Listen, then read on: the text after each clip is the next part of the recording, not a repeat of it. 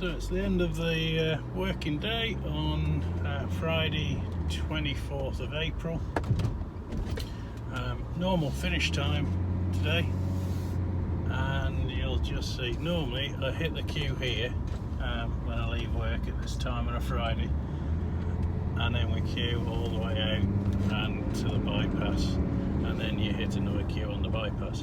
But since the lockdown, it's been absolutely quiet, and so I just drive straight up to all the roundabouts, no problem at all. There is a bit more traffic about, like we said this morning. There's definitely more traffic about.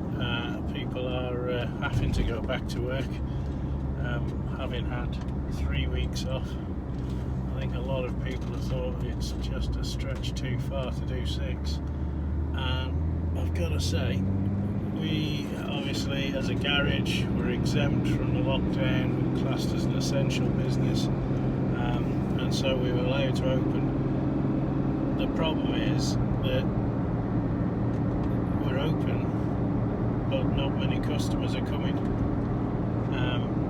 so this week has been our, other than the bank holidays, this has been our first 3-day week.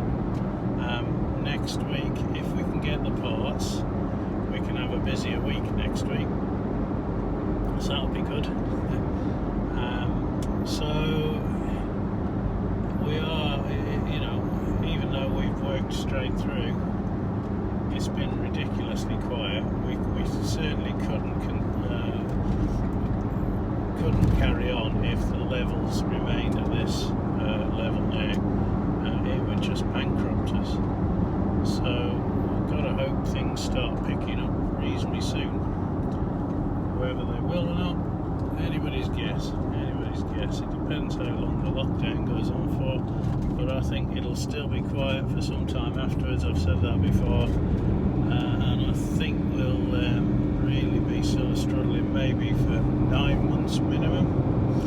But if the levels of work can pick up just to where we can at least do 5 days a week, and have a reasonable day every day, we'll get through it. If they stay like they are now, we'll be dead in the water in, I don't know, I reckon we've got enough reserve to maybe do 4 to 5 months, but that's really going to push it to the limit.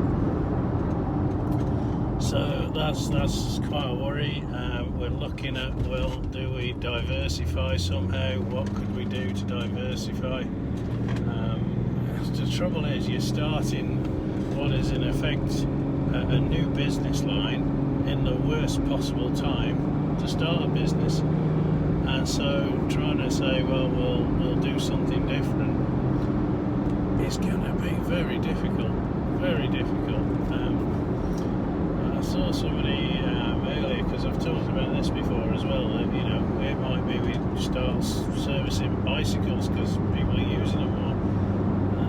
Most people who own a bicycle know how to fix it, know how to service it. So you're looking at quite a limited market, I think, there. But I've seen a guy who's on Facebook, and he looks like he's just started doing that sort of thing, and he's got bikes coming out of his ears. So there's clearly some work there, and maybe that's a thing we can look at. As I said before, interests me no end to go down that route, because I like the idea of bicycles. I think they're a great invention, and they're not overly complex. So as mechanics, it wouldn't be hardly anything to do that and get them working and earning a living from them if we can get the quantity in.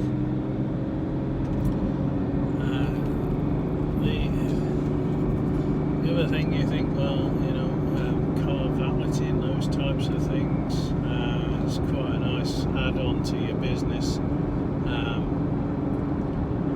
A little bit of setup cost, but again, people aren't going out in the cars, so it is the work there. I know a valeter who he'd got his car booked in with us to have some work done, and he cancelled because, well, he isn't using his vehicle.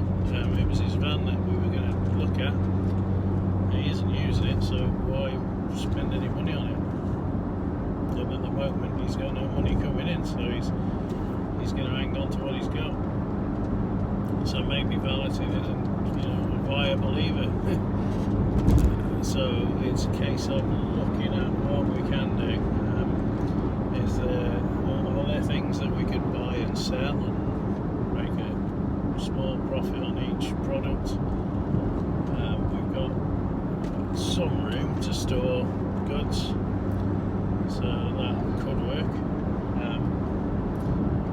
It's really is, what do you do? I don't think getting into buying and selling cars at this moment in time is particularly viable either. So I'm scratching my head as to what we can do in order to try and survive this, and sort of drawing blanks on a lot of the things you sort of, as the saying goes, blue sky, thinking. We just come up with ideas, and then you think, well, there's too many issues there that just would mean it wouldn't be viable. So we'll continue scratching our head till we come up with something. That's the one thing, I suppose, of being in business. You do have to be the sort of person who is presented with a problem and can see a solution, or come up with a solution within a reasonable period of time. So we'll do it. We'll get there, I suppose. It's just at this moment in time, it's the thinking part, and the doing part comes once you've thought it all through. Anyway, we're back in the Range Rover. Nice drive home in the Range Rover, and it's got the interior view this time, so you can see it's got the full leather, electric seats, memory seats, heated seats. It hasn't got cooled seats on this one, but that might be something, an option on the next one, because it is quite nice in the summertime to have a cooled seat as well, especially when it's leather and they can get very hot and sweaty. Got really good aircon on these, and they're really good in that you can set the temperature of the car at one temperature, but you can set the air vents either hotter or colder. So at the moment I've got the air vents quite cold, and the rest of the car just the normal 21 degrees, which I normally just leave it at that. That's 21 degrees, that's fine, done. But the air vents I've put a little bit cooler today. Sometimes if it's cold in the winter, you sort of leave it at 21 degrees and set the air vents a bit warmer. So it's a nice feature.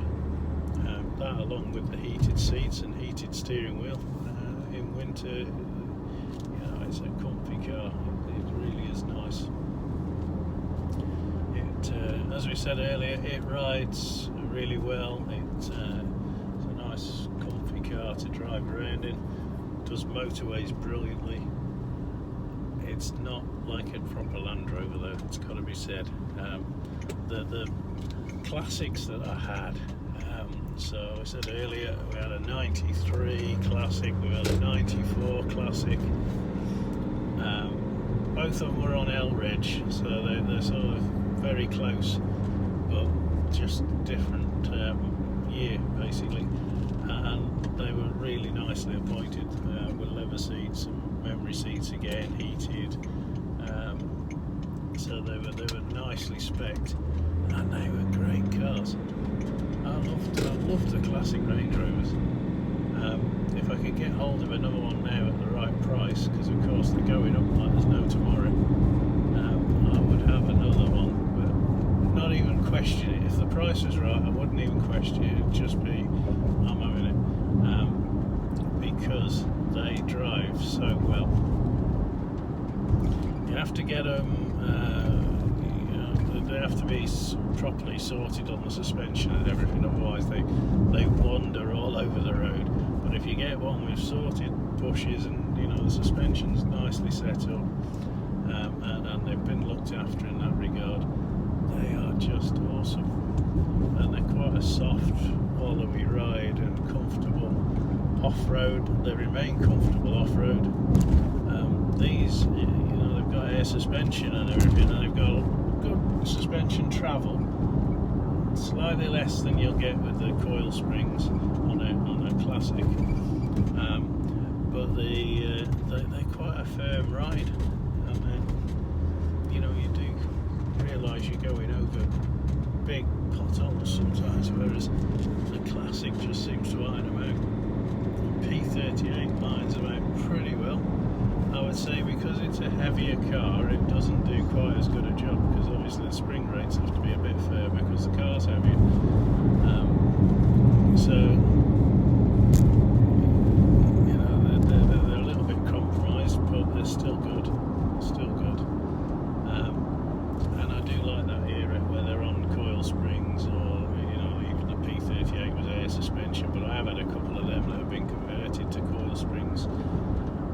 They're very good even on the coils. So it's the era of Range Rovers I really like. And like I say, I would go back to it. It's getting a good one, so you've got the reliability. You get one that's been looked after, reliable, and not a problem. So anyway, that's my thoughts for the end of the day, and I shall leave you with it.